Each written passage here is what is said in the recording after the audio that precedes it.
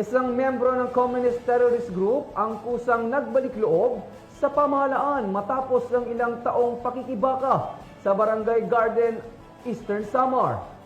Yan ang tinutukan ni Patroluman Maria Elena Singian.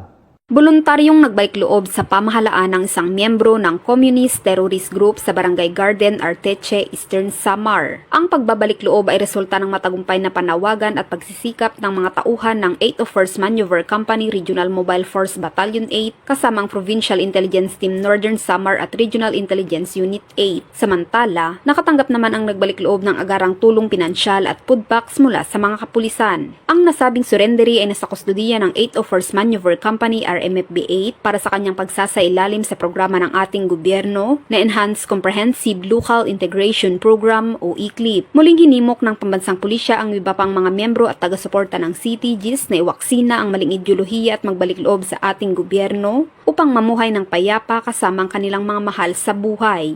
Mula dito sa Eastern Visayas, ako ang inyong PNN correspondent, Patroluman Singian, alagad ng batas, tagataguyod ng Balitang Pulis.